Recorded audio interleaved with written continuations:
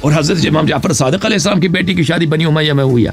اب بنی امیہ اس طرح نہیں ہے کہ اس میں بنی امیہ میں کوئی شیعہ تھا ہی نہیں کبھی, اس طرح نہیں, بنی امیہ میں شیعہ بھی گزرے ہیں.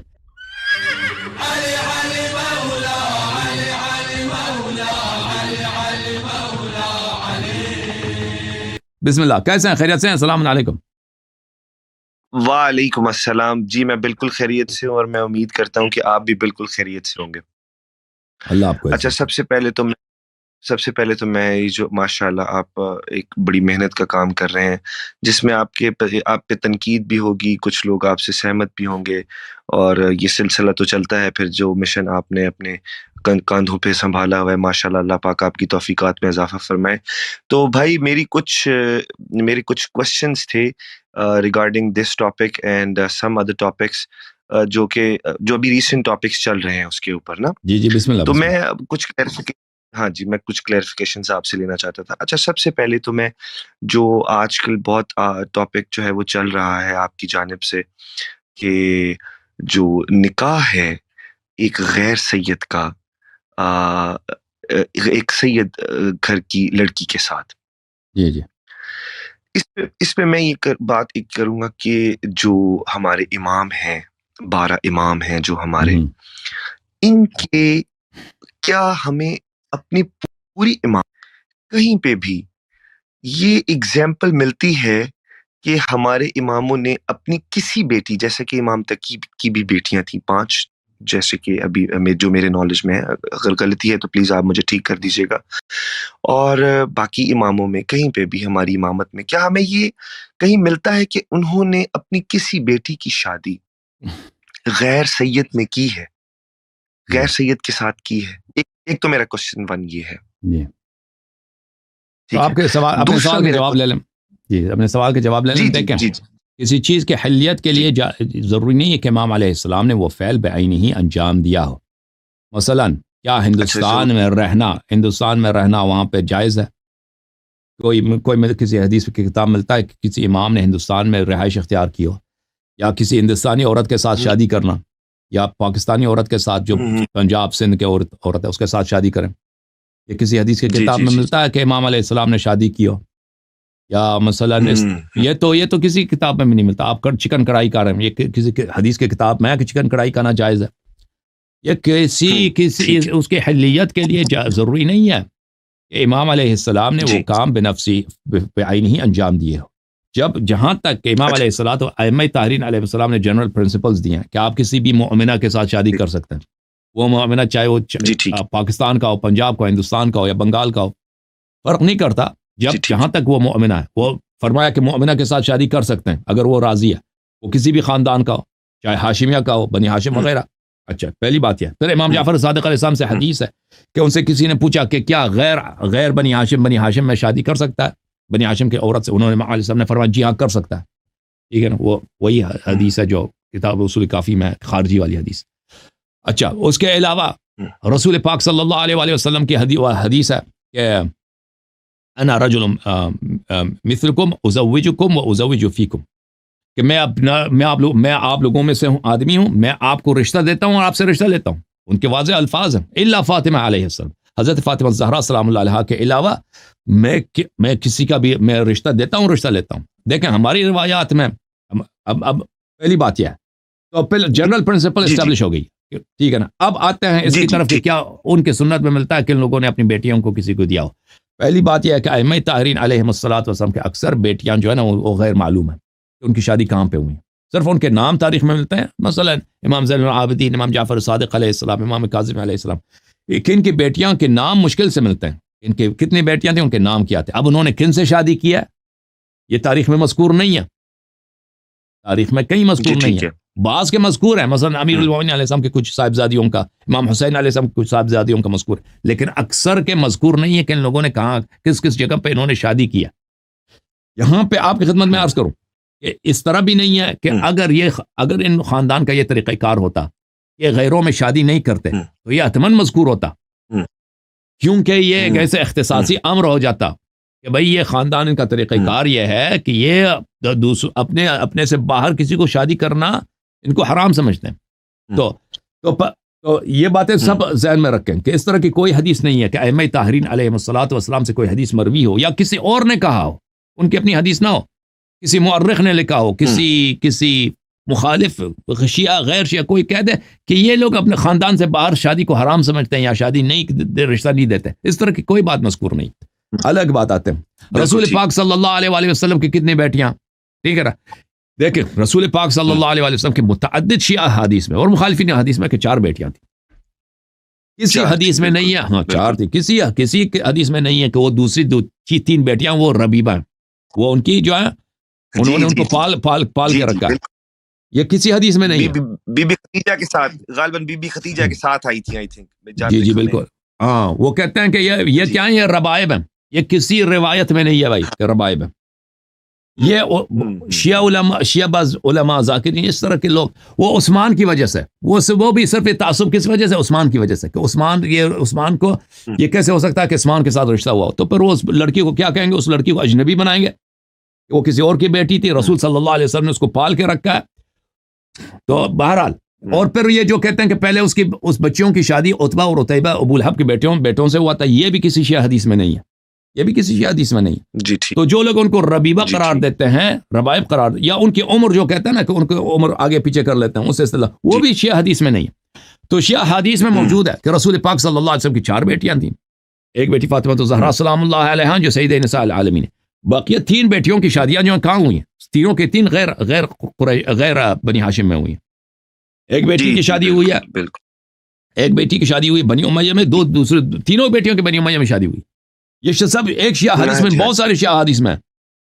اس کے علاوہ امام جعفر صادق علیہ الصلوۃ والسلام کی بیٹی کی شادی ہے، ان کی بیٹی کی شادی بھی بنی امیہ میں ہوئی۔ اب اس کا مطلب نہیں یہ نہیں کہ بنی امیہ سب کے سب کافر ہیں، ان کی کال کٹی میرے خیال آ گئی، بنی امیہ سب کافر ہیں، بنی امیہ اس میں مومن بھی تھے، بنی امیہ میں مسلم بھی تھے۔ اب جہاں تک عثمان کا تعلق ہے، عثمان کے ساتھ شادی کیسے ہوئی ہے 2 بیٹیوں کی، اس میں ایک بیٹی کی شادی ہو گئی تھی رخصتی سے پہلے، یعنی عثمان کے ساتھ وہ کبھی رہی نہیں، کبھی ان کا وہ ایک گھر میں ایک چادر کے نیچے کبھی نہیں رہے، ان کی وفات ہو گئی، تو اس کے بعد دوسری بچی کی شادی ہو گئی، اور پھر عثمان نے اس کو قتل کیا تھا، اس بچی کو، وہ شہید دنیا سے گئی ہے، ٹھیک ہے نا۔ اور ایک دوسری الربیع ابن ابی العاص سے شادی ہوئی ہے، وہ بھی بنی امیہ کا ہے، وہ حضرت خدیجہ کا بانجا تھا، وہ لڑکا داماد جو تھا، اس بیٹی کی شادی ہوئی تھی، ہاں بیٹی کی شادی ہوئی تھی رسول پاک صلی اللہ علیہ وسلم کی بیٹی کی شادی اس کے خالے کے لڑکے کے ساتھ، اور وہ مومن آدمی تھا، وہ اچھا آدمی تھا، بنی امیہ کا لیکن اچھا آدمی تھا، اور اس کی بیٹی بھی ہوئی تھی، اس کا نام تھا امامہ، وہ رسول پاک صلی اللہ علیہ وسلم کی نواسی ہے۔ اس سے پھر امیر المؤمنین علیہ السلام حضرت زہرا سلام اللہ علیہ کے وفات کے بعد امیر المؤمنین علیہ السلام کی شادی ہو گئی اسی بچی سے۔ تو یہ اس طرح نہیں ہے کہ بنی ہاشم میں رسول پاک صلی اللہ علیہ وسلم کی اپنی بیٹیاں جو حضرت خدیجہ کی نسل سے ہیں، جو حضرت زہرا سلام اللہ علیہ کے بالکل سکی بہنیں ہیں، ان کی شادی غیر بنی ہاشم میں ہوئی ہے، اور حضرت امام جعفر صادق علیہ السلام کی بیٹی کی شادی بنی امیہ میں ہوئی ہے۔ اب بنی امیہ اس طرح نہیں ہے کہ اس میں بنی امیہ میں کوئی شیعہ تھا ہی نہیں کبھی، اس طرح نہیں، بنی امیہ میں شیعہ بھی گزرے ہیں۔ اچھا مزید حکم کریں بھائی صاحب۔ جی میں اچھا ایک تو ٹھیک ہے، میں آپ کا مجھے جواب اچھا لگا، اس میں آپ نے بڑی اچھی وضاحت کی ہے، اور جو اصل میں آپ نے وہ جو امام جعفر صادق سے ایک حدیث جو تھی وہ روایت کی تھی، جس میں آپ نے بنی ہاشم کو جو ہے وہ ہاشم کے لوگ بھی، کیونکہ زمانے جاہلیت میں ایک ریسزم تھی اور ایک بڑا تفرقہ کیا جاتا تھا، ایک اونچ اور نیچ چیز، تو وہ ساری باتیں آپ کی ٹھیک ہے، لیکن ایک تھوڑا سا اس پہ کراس ایگزامن ہو رہا ہے ایک بات آپ کی باتوں سے بھی اور اس حدیث میں بھی کہ جب آپ نے بنی ہاشم کی بات کی ہے تو اس میں جو جناب زہرا سلام اللہ علیہ کی اولاد ہے، کیا اس کو ایک یونیکنس حاصل نہیں ہے بنی ہاشم میں؟ وہ کیسے؟ وہ ایسے کہ جو رسول خدا صلی اللہ علیہ وآلہ وسلم نے پنجتن پاک کو اب باقی وہ حدیث میں بھی قصہ میں بھی وہ چیزیں مینشن ہیں جو سب ایک شیعہ کا ایک بیسک ایمان ہے کہ یہ 5 جو ہیں اور جو باقی آگے امامت ہے جو اہل بیت علیہ السلام اجمعین جو ان سے سلسلہ چلا ہے، اس سلسلے کو بھی بنی ہاشم کے باقی افراد سے ایک فضیلت حاصل ہے. میرا پہلا پوائنٹ. دوسرا، کیونکہ اس میں ایک یونیکنس، میں چاہتا ہوں میں آپ سے مکمل میں اپنا ایک آپ کو نقطہ نظر بیان کر دوں تاکہ مجھے آپ سے ایک تفصیلی بیان آ جائے. تو وہ یونیکنس جو امامت کے پاس آئی ہے، جو اہل بیت علیہ السلام کے پاس آئی ہے، کیا ان کے لیے بھی وہ حدیث جناب جعفر علیہ سے یہ وہ جو سب رشتے کر سکتے ہیں، کیا وہاں پہ بھی یہ میچ ہوتی ہے حدیث؟ تو عرض کیا آپ کی خدمت میں کہ حضرت امام جعفر صادق علیہ السلام سے خارجی نے پوچھا کہ کیا غیر بنی ہاشم میں شادی کر سکتے ہیں؟ تو امام جعفر صادق علیہ السلام نے فرمایا کہ جی ہاں کر سکتے ہیں. ٹھیک ہے نا؟ جی کر سکتے ہیں، ہاں ٹھیک کر سکتے ہیں. تو اس نے کہا کہ مجھے رشتہ دے دو. تو پھر میں آپ سے خاصگاری کرنے آیا ہوں، کیونکہ جماعت مخالفین میں امام علیہ السلام نے فرمایا کہ تم اپنے قبیلے میں اہل ہو. تو یہ تو واضح حدیث ہے امام علیہ السلام سے کہ بنی ہاشم میں اور بنی ہاشم میں بنی فاطمہ آ جاتے ہیں، شادی ہو سکتی ہے غیر کی. اور اس خارجی نے بھی یہی سمجھا اس جملے سے کہ بنی ہاشم سے مراد بنی فاطمہ ہے، بنی فاطمہ بھی ہیں، اسی لیے تو اس نے رشتہ طلب کیا. اور امام علیہ السلام نے اس کو اس لیے نہیں ٹکرایا کہ آپ کافر ہیں. بہت دفعہ ائمہ طاہرین علیہ السلام کی گفتگو میں اس طرح ہوتا تھا، کسی مسئلات کے بنا پر وہ سامنے والوں کو ایسی بات نہیں کہتے تھے جس کی وجہ سے وہاں پر کوئی فتنہ برپا ہو. مثلا عیسیٰ ابن زید ہے اور اس کے ساتھ محمد ابن عبداللہ ابن الحسن المثنی ہے، یہ امام جعفر صادق علیہ السلام کے کزنز ہیں، سکے کزن. انہوں نے پکڑ رکھا امام جعفر صادق علیہ السلام کو کئی عرصے سے کہ میرے ساتھ بیعت کریں، آپ ہمارے ساتھ بیعت کریں، آپ کیونکہ بہت بڑے امام ہیں، آپ جو ہیں اتنے علم رکھتے ہیں، آپ نے اگر بیعت کی تو سب مدینے والے ہم سے بیعت کریں گے، کیونکہ سب لوگ آپ کی طرف دیکھیں اور آپ کے شیعہ اتنے زیادہ ہیں. تو ہم جعفر صادق علیہ السلام نے ان کو یہی کہہ کے ٹکراتے تھے کہ میں بوڑھا ہو گیا. نہیں کہتے تھے کہ آپ امام ہی نہیں ہیں، آپ سے امامت کیا کرنا، میں نے اصلی امام تو میں ہوں. کہتے تھے میں بوڑھا ہو گیا، میں تو میرے لیے سفر کرنا بھی مشکل ہے، میں تو حج بڑی مشکل سے جاتا ہوں، میں آپ کا کیا کام آؤں گا.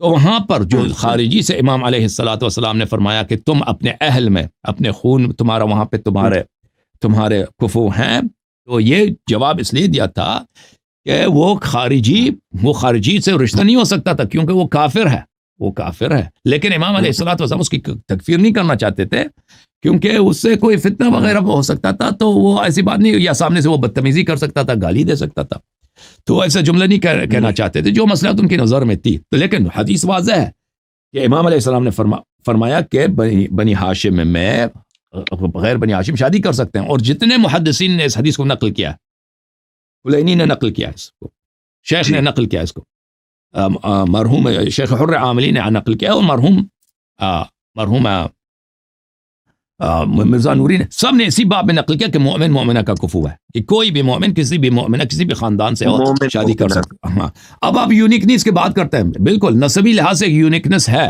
لیکن اس یونیکنیس اس کا مطلب یہ نہیں کہ شادی کرنا حرام ہے. اس خاندان کی لڑکی باہر کے کسی لڑکے کے ساتھ اگر وہ راضی ہو جاتا ہے، وہ لڑکا اچھا ہے، اس سے شادی نہیں کر سکتی. یونیکنیس نسب اچھا ہے، خاندان بلند ہے، لیکن وہ بھی بشرط ایمان. اگر ایمان ہے تو اچھا ہے، اگر ایمان نہیں ہے، عمل صالح نہیں ہے، تو پھر بھی وہ آدمی بیچارہ ہے، چاہے وہ کسی بھی خاندان سے ہو. اگر آپ میرے پچھلے پروگرامز کو دیکھے تھے تو میں نے آپ کو دکھایا تھا کہ امام جعفر صادق علیہ السلام کے پوتوں نے کیسے امام کاظم علیہ السلام کے قتل کرا دی ان لوگوں نے. دیکھیں نا، جی بالکل دیکھیں وہ یونیک ہیں، لیکن اگر اس کے ساتھ امتیاز ہے، شرافت ہے، بلا شک میرٹس بھی چاہیے، لیکن اس کے ساتھ اگر ایمان بھی ہو، تقوی بھی ہو، عمل صالح بھی ہو. اگر ایمان تقوی عمل صالح نہیں تو اس کے عذاب، حدیث میں یہی ہے کہ اس کے عذاب بھی ڈبل ہوگا نا، عذاب بھی اس کو ڈبل ملے گا. بالکل جیسے امہات المومنین کے لیے ہے. بالکل ٹھیک ہے.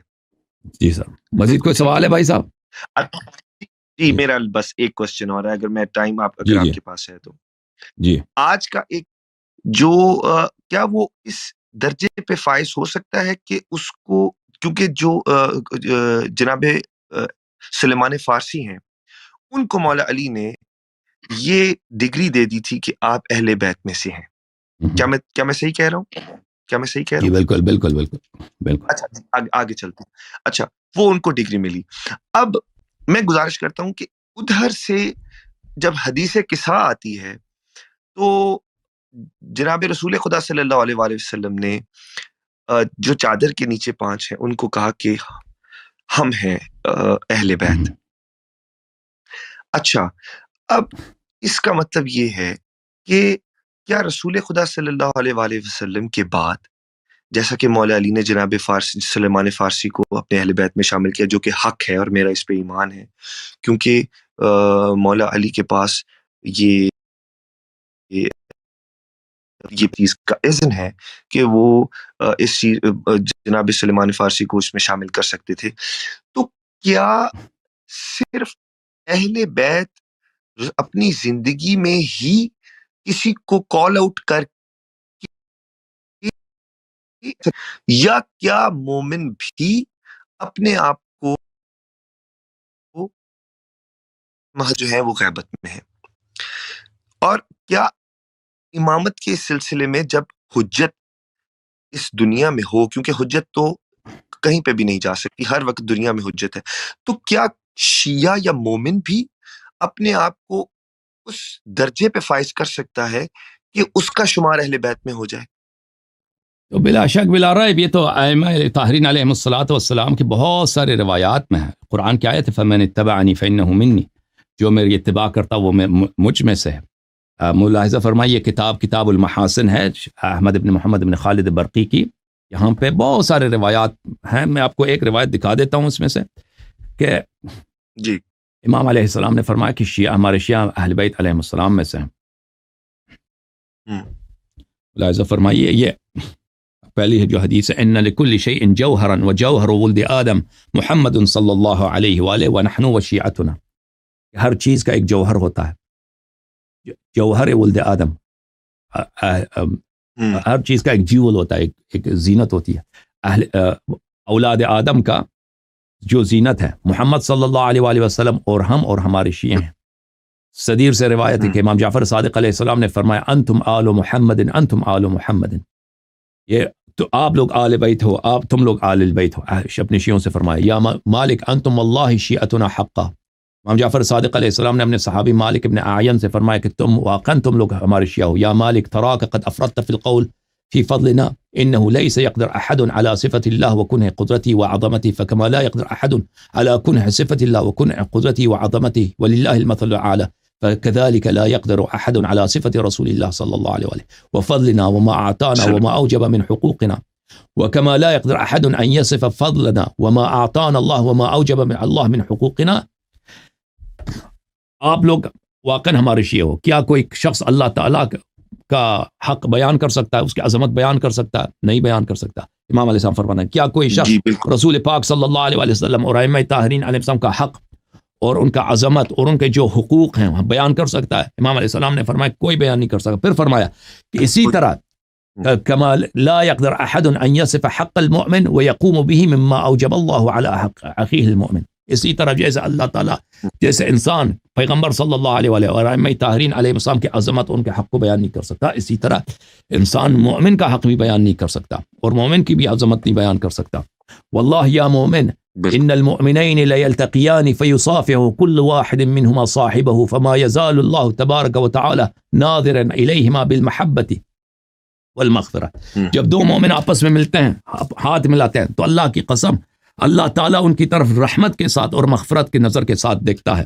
وَإِنَّ الذُّنُوبَ لَتَحَاتُّ عَنْ وُجُوهِهِمَا وَجَوَارِحِهِمَا حَتَّى يَتَفَرَّقَ. اور گناہ ان کے اعضاء سے، جب ہاتھ ملاتے ہیں گناہ ان کے اعضاء سے اور ان کے چہروں سے گرنا شروع ہو جاتا ہے، جب تک کہ وہ آپس میں ساتھ ایک دوسرے کے ساتھ دیکھ رہے ہوں تو ایک دوسرے کے ساتھ ہیں. فَمَنْ يَقْدِرْ عَلَى صِفَةِ اللَّهِ وَصِفَةِ مَنْ هُوَ هَكَذَا عِنْدَ اللَّهِ. کون بیان کر سکتا ہے ایسے مومن کا صفت جو اس طرح اللہ کے نزدیک ہے، اللہ اس طرح اس سے پیار کرتا ہے؟ میں آپ کی خدمت میں مزید ایک دو روایت پیش کروں. جی پلیز. فرمایا کہ انا وشیعتنا خلقنا من طینۃ واحدہ. امام جعفر صادق علیہ السلام، امام محمد باقر علیہ السلام نے فرمایا اللہ کی قسم ہم اور شیعہ ایک ہی گل سے، ایک ہی مٹی سے خلق ہوئے ہیں. اچھا فرمایا المؤمن آنس الانس جید الجنس من طینتنا اہل البیت علیہم السلام. مومن جو ہے یاروں کا یار ہے اور مومن طیب الجنس ہے، مومن کا جنس ہی پاک ہے، وہ ہماری طینت سے مخلوق ہے، اللہ تعالیٰ نے اس کو ہماری طینت سے خلق کیا ہے. میں نے راوی کہتا ہے میں نے امام جعفر صادق علیہ السلام سے پوچھا میں تجھ پہ فدا جاؤں من ای شیء خلق اللہ طینۃ المؤمن، اللہ تعالیٰ نے مومن کی مٹی کو کس چیز سے پیدا کیا؟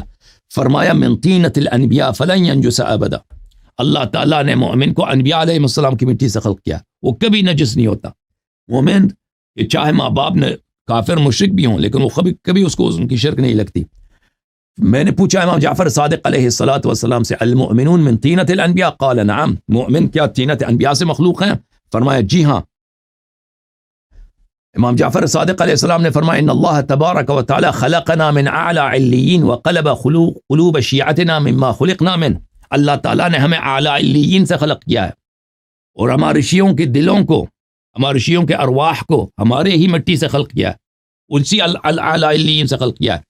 وخلق ابدانهم من دون ذلك، اور ان کے جو بدن ہیں اس سے ایک نیچے مرتبہ مٹیریل سے خلق کیا ہے۔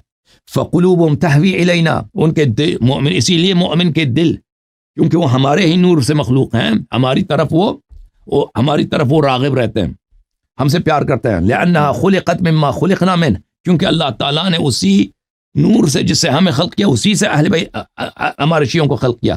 ثم تلا هذه الآیہ، پھر انہوں نے اس آیہ کے تلاوت کی ہے کلا ان کتاب الابرار لفی علیین۔ اچھا ماشاء ملاحظہ فرمائیے ان اللہ یا سلیمان ان اللہ تبارک و تعالی خلق المؤمن من نورہ وصبغهم فی رحمتہ، اللہ تعالیٰ نے مومن کو اپنے نور سے خلق کیا ہے اور اس کو اپنی رحمت کا رنگ دیا ہے۔ واخذ میثاقهم لنا بالولایہ، اور ان سے ہمارے ولایت کا عہد لیا ہے۔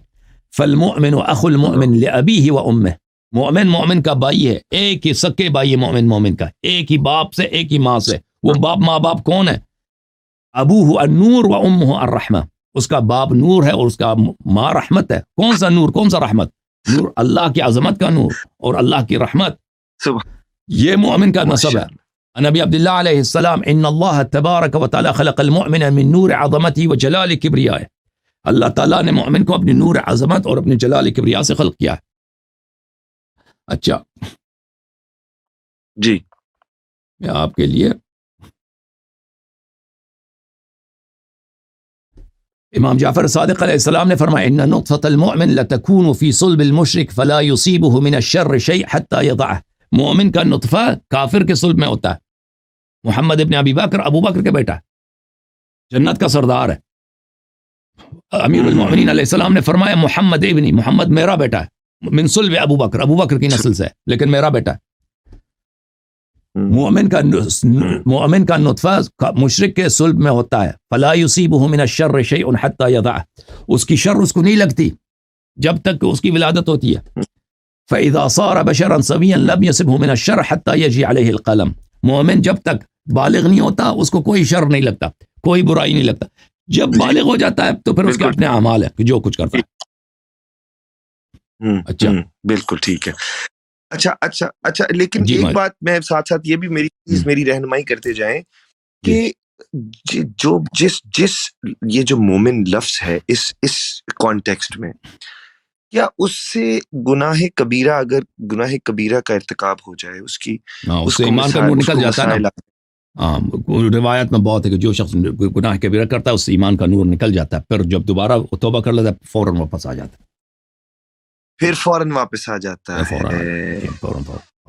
یعنی کہ مرتے دم تک ایک انسان کے پاس یہ آپشن ہے کہ اپنے آپ کو مومن کی کیٹیگری میں اگر وہ نکل بھی گیا ہے تو وہ واپس لے کے آ سکتا ہے۔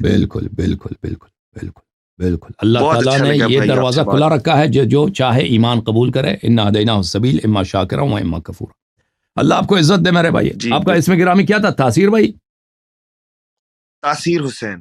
اللہ آپ کو عزت دے، بہت مہربانی تاثیر بھائی، اللہ آپ کو عزت دے، اللہ آپ کو سلامتی۔ بہت شکریہ جی، تھینک یو سر، خدا حافظ، اللہ آپ کو سلامتی، بہت مہربانی۔